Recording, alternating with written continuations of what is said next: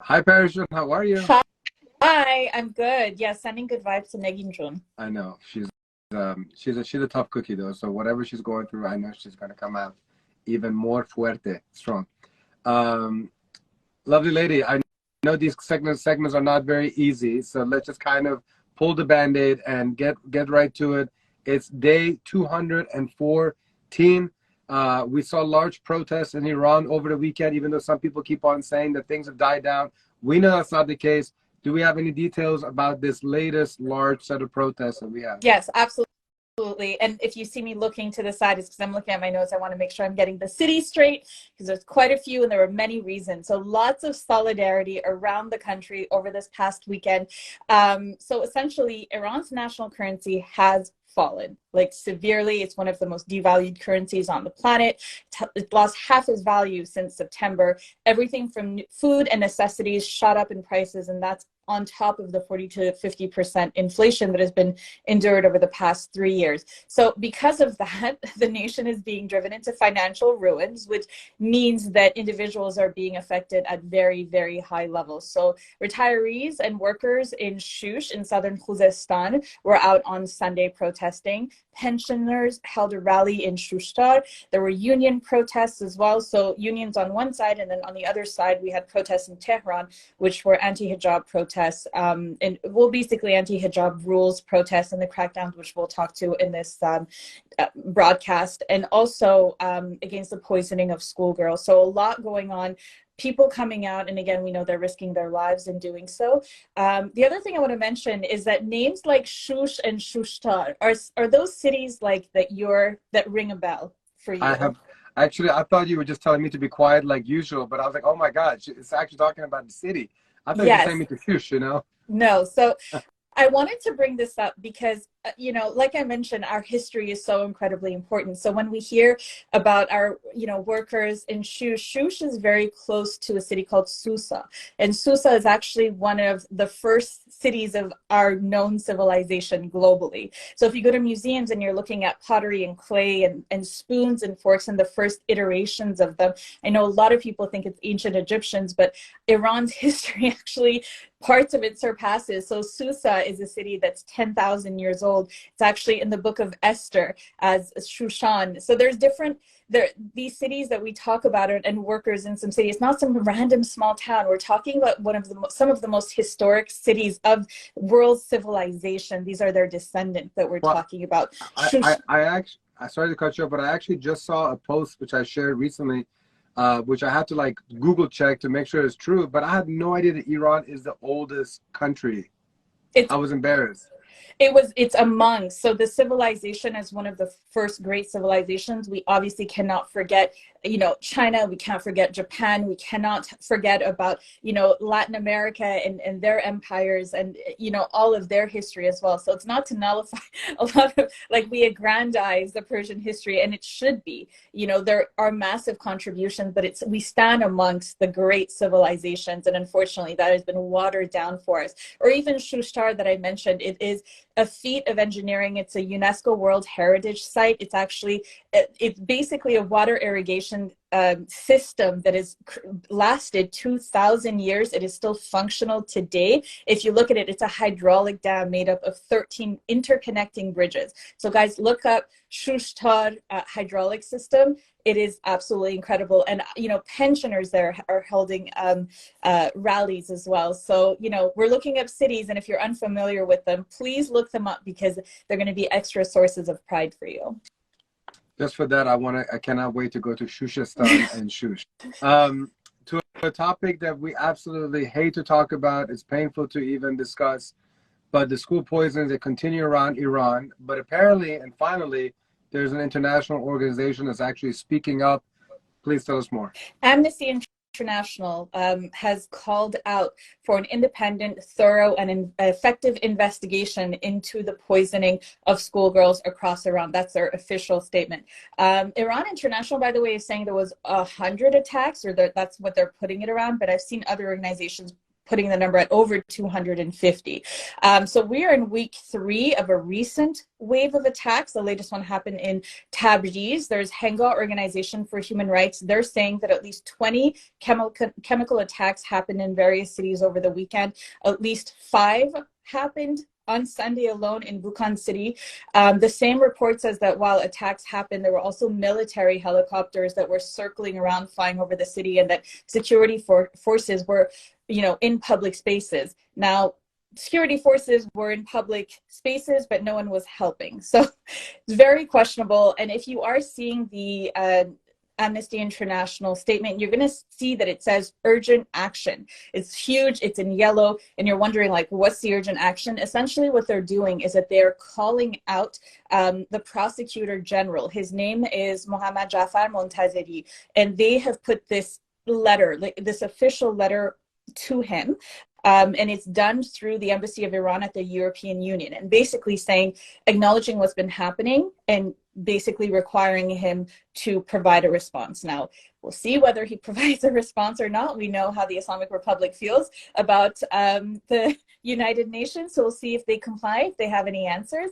But that's what's happening. That's the latest. And just so everyone knows, the wave of chemical attacks started in November 2022, and we are just getting some kind of acknowledgement from an international organization now. A short 7 months later. Let's go to the topic of hijab and hijab enforcement. The topic keeps coming up week after week. You see a lot of videos of even people with hijabs trying to call out other people. It seems like undercover people, supposedly. This time, the Islamic Republic has actually issued some kind of warning video. What's that all about? Yes.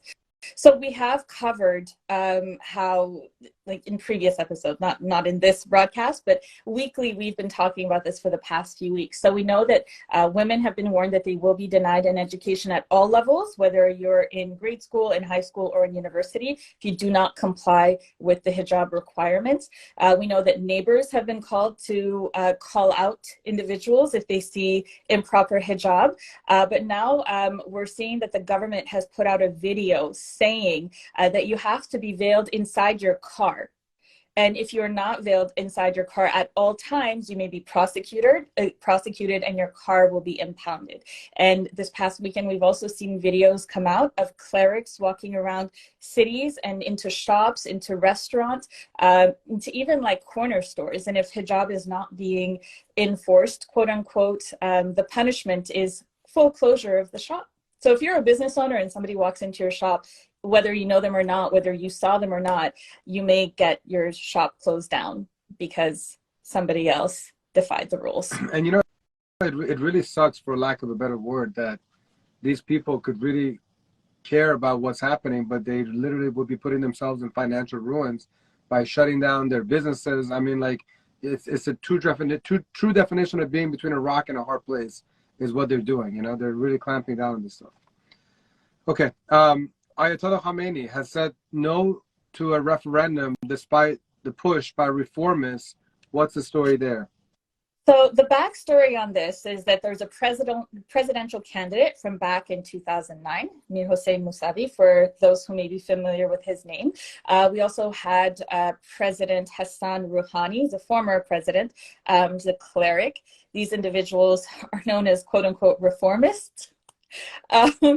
But mind you, just for everyone to understand, for somebody to be at that level, so whether you're running for president or whether you're a candidate, you cannot partake in the Islamic regime's any form of political level unless you are compliant with Islamic regime beliefs. So when we say reformist, we don't mean somebody who's like on the left and advocating for extreme views. These are individuals who go along with the Islamic regime's perspectives. They just may not want to apply them 100%, but they are 100% advocates and believers of Ayatollah Khamenei. So I just want to be clear for our audience who's maybe unfamiliar, because to us in North America, reformist means something completely different to what it means under the Islamic regime. So essentially, I think in Persian it's Hamun Kase Hamun Ash. Oh, 100%. How do you know these terms? I mean, I know a little bit of Persian, but yeah, it means the same bowl, the same soup. But carry on. I apologize for cutting you off. All good. So the issues that they are calling for a vote on is a new constitution, the nuclear program, foreign and domestic policy, and the economy. Now, Ayatollah Khamenei, who's the quote-unquote supreme leader of the Islamic Republic, has responded to the request by these reform former politicians or current activists, and basically he had an audience. I don't know if you've ever seen his addresses. He's like sitting on this chair in front of an audience, and so he had an audience of select students, and he chose this opportunity to respond to this call for reform. So he said, and I'm quoting as I'm looking on the side, I want to read exactly what he said. He said, "The voice of people should be heard. Is it possible to hold referendum on various issues in the country? Where in the world do they do this? Do all the people who have to participate in the referendum have the ability to analyze that issue?" So basically, he's saying that Iranians don't have the capacity to vote or understand on these issues. And he's basically said that we will not have a referendum. So he's quashed it. The Tehran Times also quoted the rest of his speech and the rest of the conversation. If anybody's curious what he's telling the quote unquote brightest minds of Iran, he's saying, he told them, "You," and I'm quoting, "you, the dear youth, should follow the right path with seriousness. Follow the right path of the revolution, Islam, country, system. The country needs you. You need idealism. You need hope. You need wisdom." So those are the words of our great leader to the youth. From one leader to another. Yes. Oh my God. Let's not put them in the same category, please. I didn't even want to cause any kind of thing, but yes, you're right. Crown Prince Reza Pahlavi is in Israel. Some call it controversial, some call it necessary, but regardless of anyone's opinion, it is definitely a historic moment. So can you please let us know about the purpose of the trip? Yes. So again, I'm going to go back to my notes. If anyone see me looking on the side, it's because I just want to be very specific. So some people calling it controversial. Obviously, if you have an opinion on the Israeli-Palestinian crisis, if you have an opinion on Prime Minister Benjamin Netanyahu, you will say that this is perhaps confrontational even for some people who are perhaps pro-Palestinian or just have their own opinion on the situation. But the bottom line is that this is historic because Iran has been ostracized from all conversations, essentially because the Islamic Republic is a source of terrorism for the region and for the world, and they're a pariah, and they are at no way on the same level of being able to discuss peace and solidarity and any kind of friendship with any nation.